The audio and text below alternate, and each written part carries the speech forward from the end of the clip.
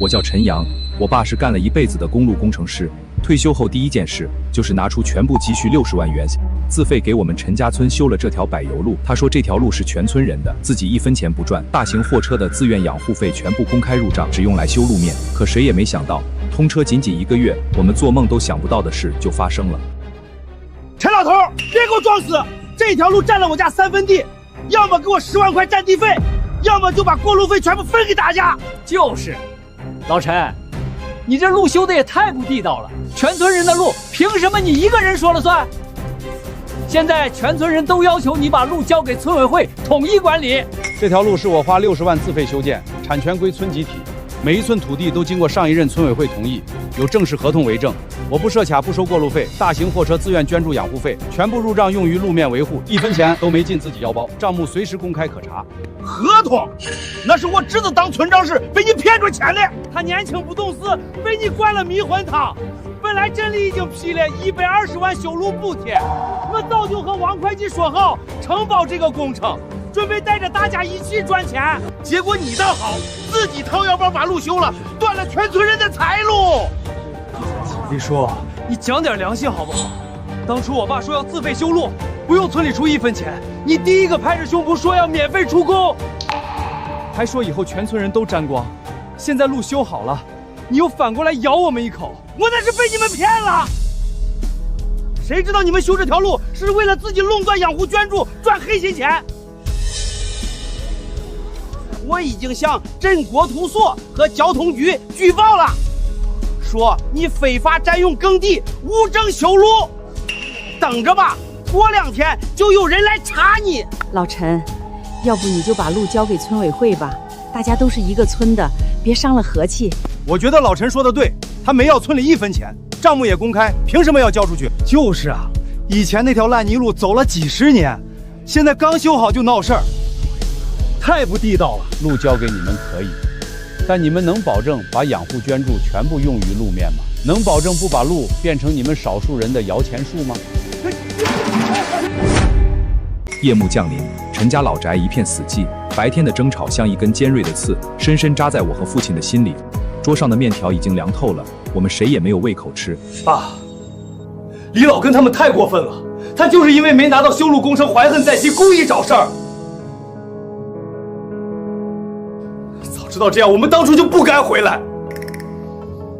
我当了一辈子公路工程师，修过无数条高速公路和大桥，我以为修好了路就能让村里人不用走那条坑洼的烂泥路，下雨天路滑，孩子们经常摔得满身是泥，耽误上学。没想到人心比烂泥路还难修。爸，镇里发了全属争议告知书，说李老根提交了土地承包证，要求我们15日内提供全属证明，争议期间暂停收取养护捐助。这明显是他和王会计搞的鬼，那块地明明是集体荒地。我知道，他拿出来的承包证漏洞百出，日期、公章都有问题，肯定是伪造的。那镇里就不管管吗？镇里已经按程序受理了。今天下午司法所的人来过，明确说会同步启动土地权属核查和证件真假预验定，不是只让我们自己解决，但他们说走完整的司法流程至少要半年。这半年里，李老根肯定会天天闹事，路也没法正常管护。那我们怎么办？跟他们打官司吗？镇里明确会依托司法鉴定结果统一裁定土地权属与道路合规性。我只需要提交相关修路备案资料，同步配合申请对他那份土地承包证进行司法鉴定就可以，暂时不用走诉讼。爸，真的要拆吗？那可是你花了60万，熬了3个月，亲手盯着铺的路啊！路是村集体的，我只按批复拆除争议部分，与其让他们霸占了变成摇钱树，不如我依法处置。镇里已经说了，只要鉴定结果没问题，路肯定能修好。等他们真的知道错了，再说以后的事儿。7个工作日后，镇政府批复同意我们的自行拆除申请，同时司法鉴定中心也正式受理了土地承包证的真伪鉴定。镇里特意派了2名民警全程见证施工。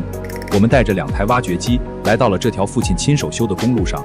批复文件明确写着，本次拆除仅为权属争议期间的临时处置措施，仅拆除标注的50米争议段表层沥青，保留原有路基，不得破坏整体通行条件。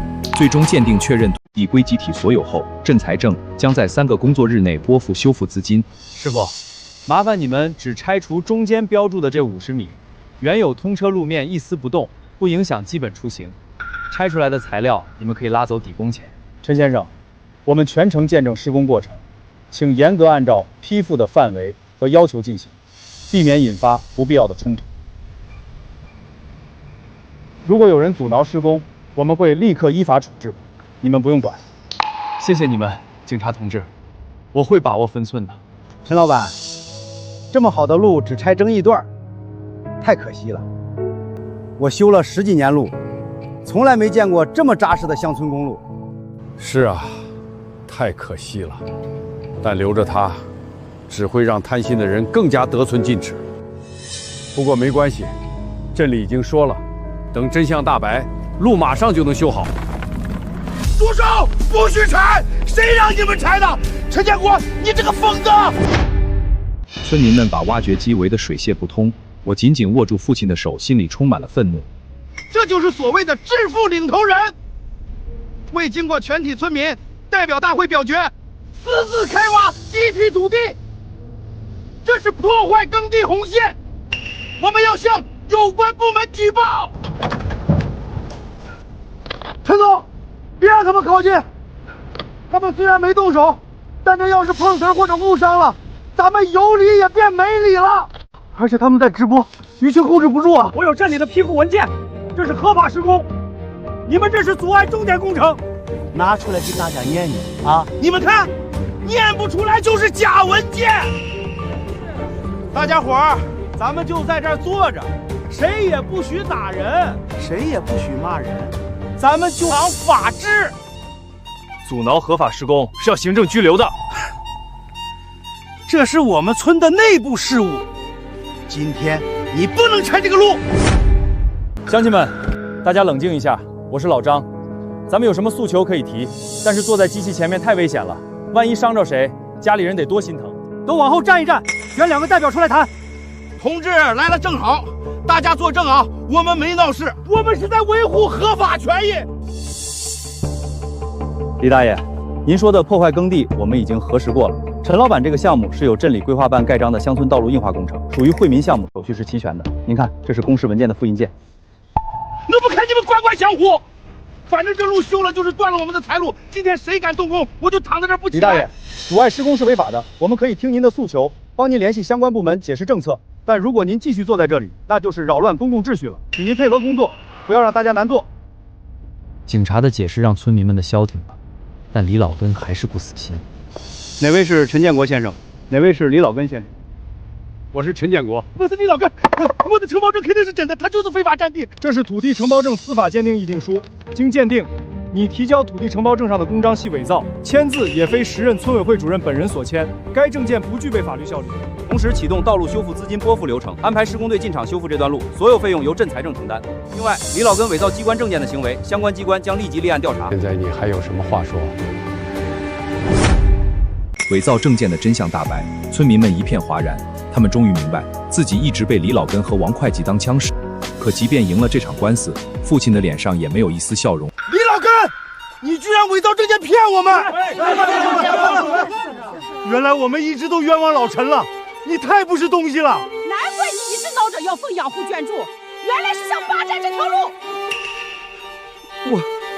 我也是一时糊涂。李老根，伪造公章和文件属于刑事案件，我们会将相关线索移交派出所立案调查。爸，真相大白了，我们不用拆了。对，老陈，都怪李老根。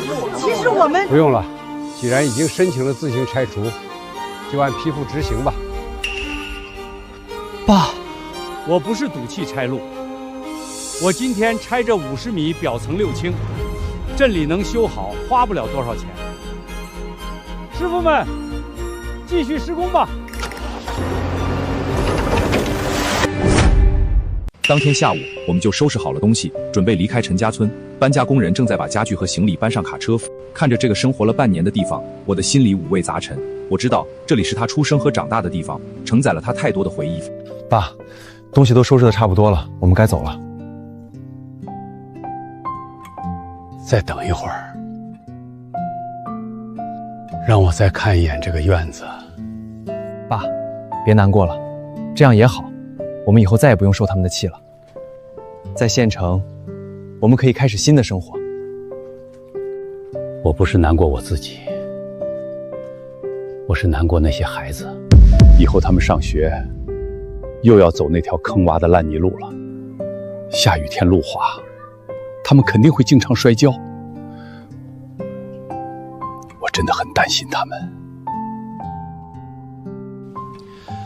爸，这不能怪你，是他们自己不识好歹，听信了李老根的谗言。他们既然选择了相信他，就要承担相应的后果。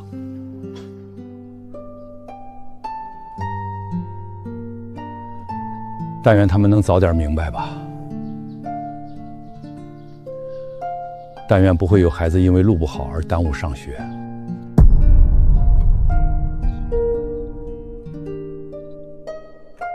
爸，走吧。好。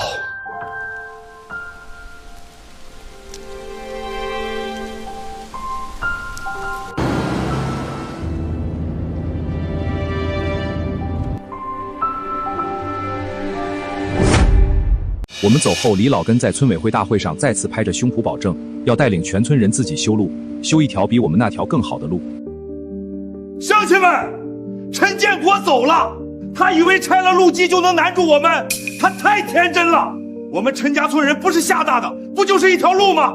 我们自己修。对，我们自己修，修一条比陈建国那条更快、更好的路。到时候我们自己管养护，自己分钱，不用看任何人的脸色。可是修路要很多钱啊，我们哪来的钱？陈建国花了60万，我们全村人凑都凑不起这么多。钱的事大家不用担心，我们先凑一点启动资金，买最基本的材料。不够的，我和王会计出大头，等路修好了，我们收养护捐助，不出半年就能回本。到时候不仅能回本，还能家家户户分红。可是我们没有技术啊，修路是技术活，不是随便挖个坑填上土就行的。技术怕什么？我们可以学。现在网上什么教程都有。再说了，我们修的是乡村公路，又不是高速公路，要求没那么高，能走3轮车就行。好，我们相信你，李叔，我们跟你干。对，跟你干，自己修路。然而，李老根的承诺迟迟没有兑现，日子一天天过去，修路的事一点动静都没有。搬家后的第1个月，6月的阳光渐渐灼热起来，漫山遍野的桃子开始成熟了。李老根四处造谣主干道手续不合规，随时可能被政府查封。怎么办啊？第一批桃子都熟透了，再卖不出去就要全烂在树上了。我家就指着这几棵桃树给孩子交学费呢。以前有路的时候，收购商每天都开着卡车来收，现在整一段段沥青被拆了。李老根又一直不组织修，路难走的要死，收购商都不愿意来了。就算有愿意来的，也把价格压得极低，一斤才给5毛钱，连话费钱都不够。我昨天用3轮车拉了100斤桃子到镇上去卖，走了2个小时的烂泥路，车轮陷了3次，累得半死，才卖了50块钱。来回走了4个小时，浑身都是泥。我家更惨，摘了2000斤桃子，本来等着收购商来收，结果现在全烂在家里了。我老婆坐在地上哭了一上午。都怪李老根，要不是他把陈建国气走了，路能变成这样吗？他不是说要自己修路吗？路呢？都过去1个月了，连个影子都没看到。就是他就是个骗子，只会说大话。现在桃子烂了，他倒好，躲在家里不出来了。我刚才看到李老根家的桃子也烂了一地，他老婆正在院子里扔烂桃子呢，真是活该。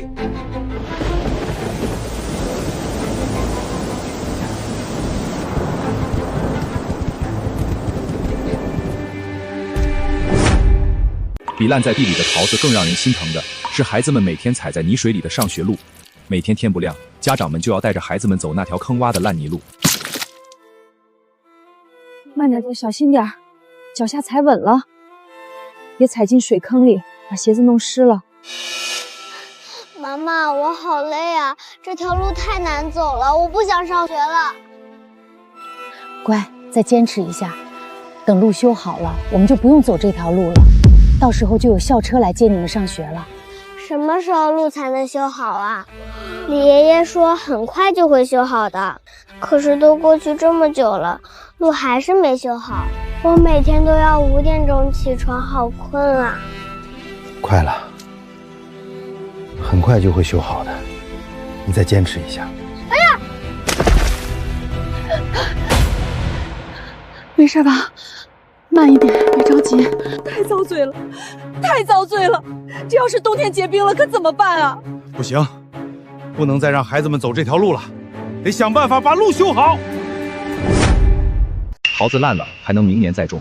可一场突如其来的暴雨过后，灾难终于降临了，所有人都意识到了可怕。村口主干道畅通无阻，但是入户之路被暴雨冲垮，车辆能开到主干道村口，却无法驶入村子深处。老头子，你怎么了？你醒醒啊！别吓我呀！快打120，叫救护车！打了，可是救护车说临时要道被暴雨冲溃了，村口的路太烂了，根本开不进来，让我们自己把人抬到3公里外的国道口。这可怎么办啊？他这是中风啊，耽误不得呀，晚了就会留下后遗症，甚至会没命的。别慌，我们用担架抬着他走，就是爬也要把他爬到镇上去。大家轮流抬，快点走。对，大家一起帮忙，快找门板做担架。哎。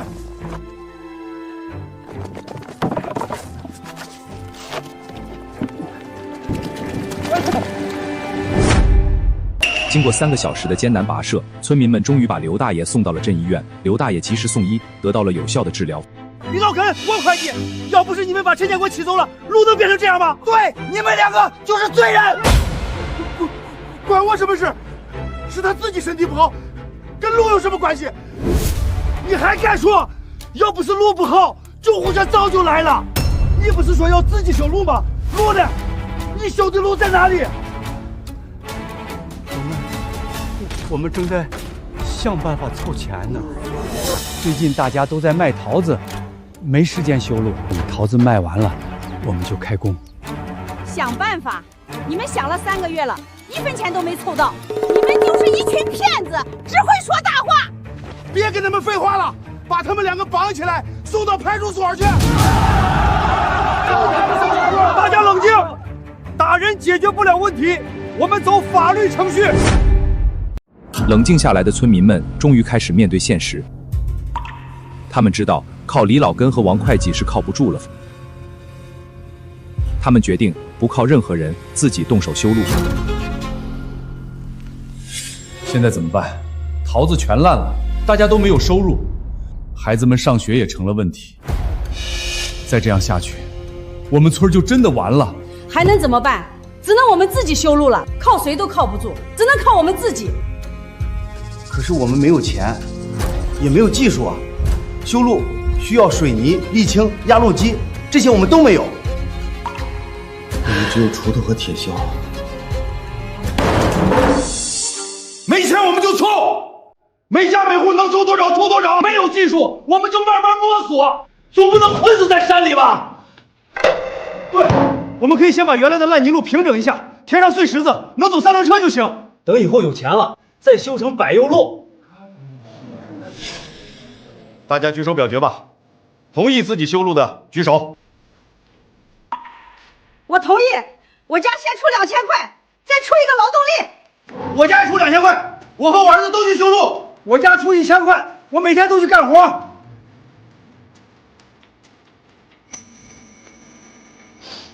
好，既然大家都同意，那就这么定了。明天一早我们就开工，大家一起努力，一定能把路修好。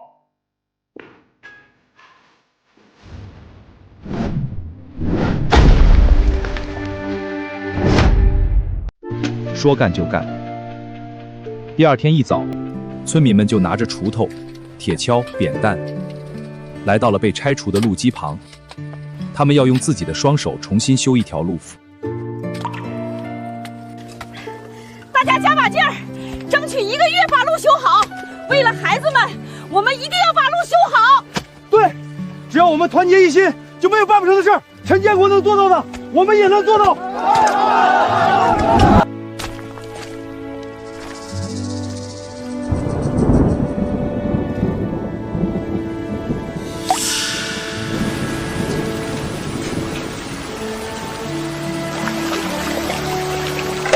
完了，全完了，又白干了。这根本就不是人干的活，没有压路机，没有水泥，我们怎么可能修得好路？难道我们真的要困死在山里吗？难道我们的孩子一辈子要走这条烂泥路吗？自救失败了，村民们彻底绝望了。他们终于明白，没有父亲，他们真的什么都做不成。修路不是靠一腔热血就能完成的。此时已经是8月底，距离我们依法拆除争议路基段过去了整整2个月。现在我们真的没有别的办法了，我们自己修不好路，建设资金已纳入县级财政预算，目前正处于审批拨款流程中。但孩子们马上就要开学了，总不能让他们再走那条烂泥路。只能去求陈建国了，只有他能帮我们了，只有他有技术、有经验，能帮我们把路修复好。好吧，明天一早，我们就去县城找陈建国，不管他提出什么条件，我们都答应，只要他能帮我们修路。对，我们都去给他磕头认错，求他原谅我们。第2天一早，天刚蒙蒙亮，村民代表们就揣着凑的路费，挤上了去县城的最早一班班车。站在我家小区门口，他们却迟迟不敢迈脚。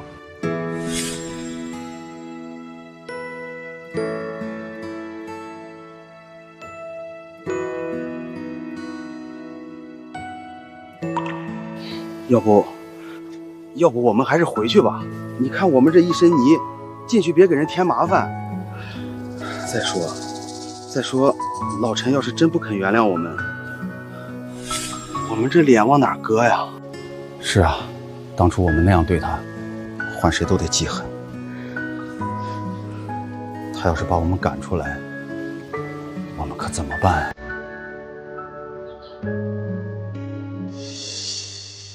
不能回去，就算被他骂一顿赶出来，我们也得试试，总不能眼睁睁看着孩子们一辈子走烂泥路。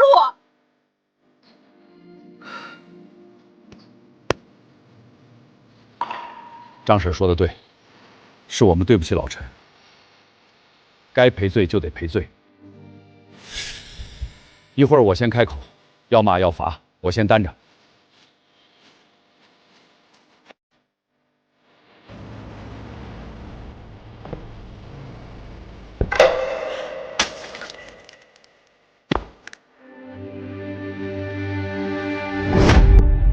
看着跪在地上的村民们，父亲的心里五味杂陈。我知道，他还是放不下那个生他养他的地方，还是放不下那些孩子。陈老先生，我们错了，我们不该听李老根和王会计的话，举报你修路，阻挠你施工，我们不该那样对你。孩子们每天还要走那条坑洼的烂泥路，经常摔得满身是泥。求求你，救救我们吧！求求你，陈老先生，救救我们吧！我们知道错了。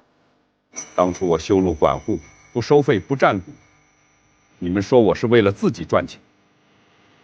我依法拆除争议段，你们说我是疯子，还躺在挖掘机前面阻止我。现在你们走投无路了，才想起我来了。陈老先生，我们真的知道错了，我们鬼迷心窍，听信了李老根的谗言，你就大人有大量，原谅我们吧。原谅你们？那些烂在地里的桃子谁来赔偿？那些每天走烂泥路上学的孩子谁来负责？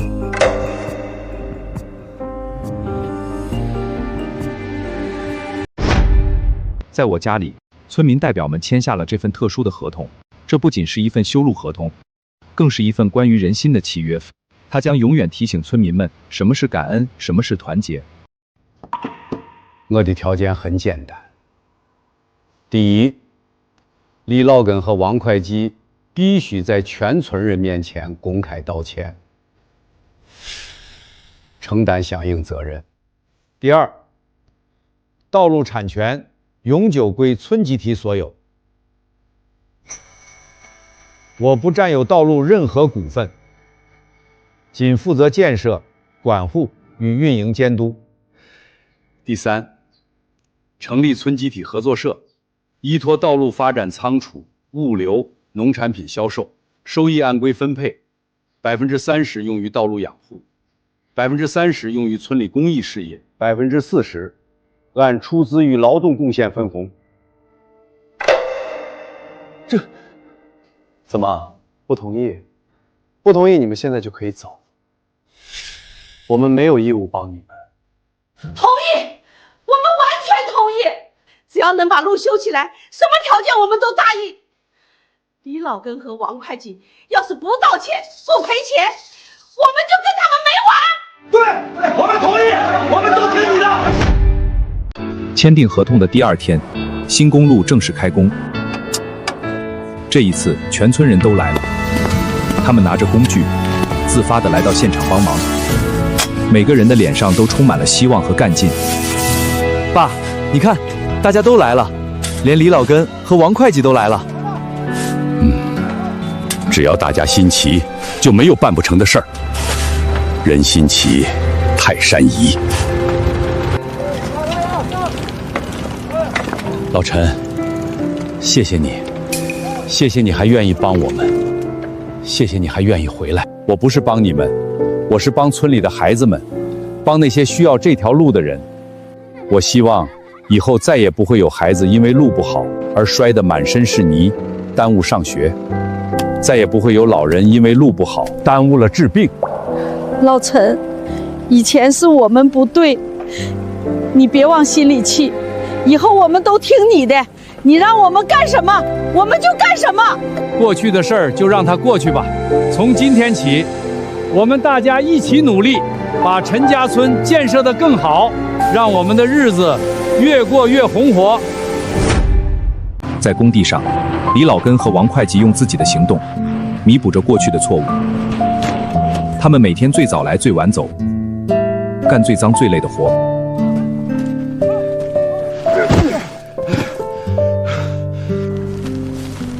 老陈，这是10万块钱，是我们赔偿刘大爷的。我们把家里的牛和猪都卖了，终于凑齐了。还有，我们已经在全村人面前公开道歉了。我们商量了一下，这事儿是我们考虑不周全。老李，法院那边有结果了吗？下来了，郑建那个案子判了6个月，缓刑1年。王会计因作伪证被行政拘留5日，罚款200元，这都是我们罪有应得。钱我收下了，我会转交给刘大妈。你们能认识到自己的错误就好。老陈，以前是我鬼迷心窍，对不起你，也对不起全村人。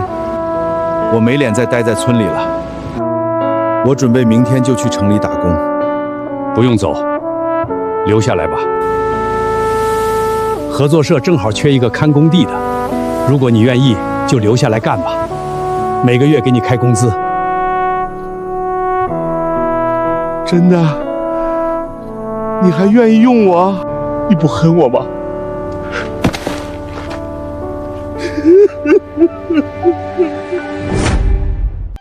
经过3个月的紧张施工，新公路终于通车了。这一天成了陈家村历史上最盛大的节日。家家户户都放起了鞭炮，比过年还热闹。今天是我们陈家村历史上最重要的日子，我们的新公路正式通车了。让我们用最热烈的掌声，感谢陈建国先生。谢谢大家。这条路不是我一个人的功劳，是我们大家共同努力的结果。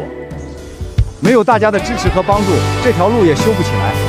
以后这条路就是我们陈家村的致富路、幸福路，它会带着我们走向更加美好的未来。老陈，你说的太好了，谢谢你。爸，我们成功了。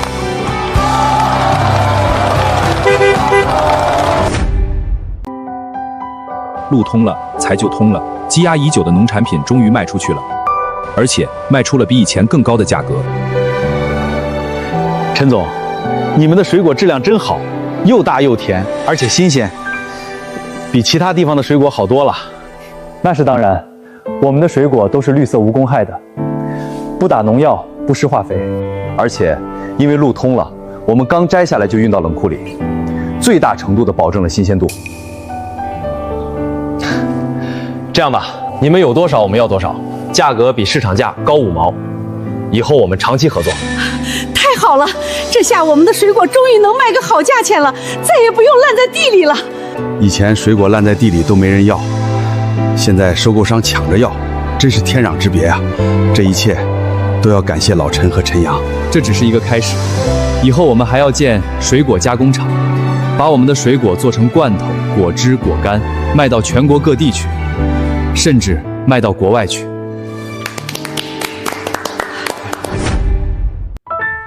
电商直播为陈家村的农产品打开了新的销路。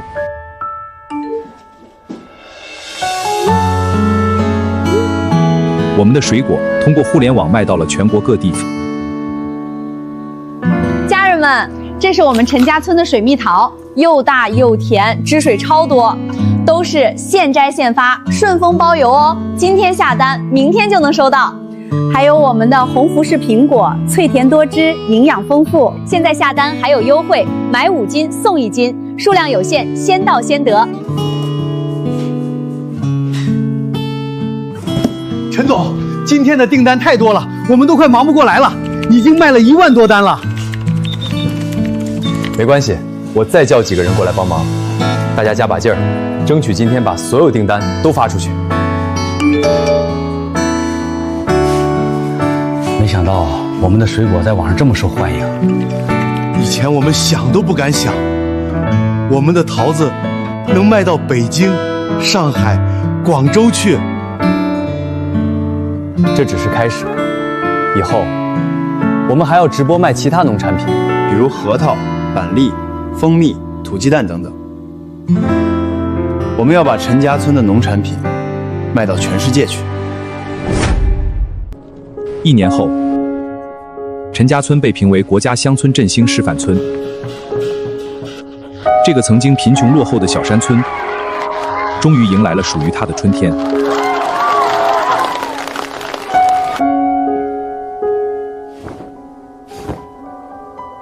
今天，我非常荣幸地宣布，陈家村被评为国家乡村振兴示范村。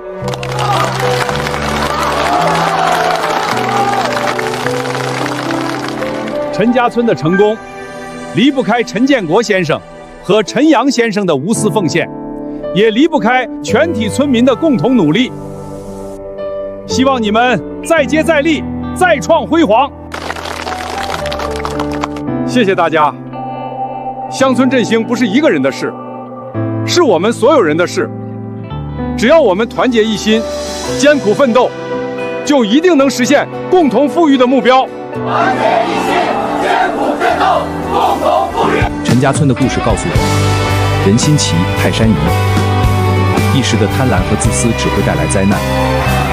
只有团结互助，懂得感恩，才能创造真正的幸福生活。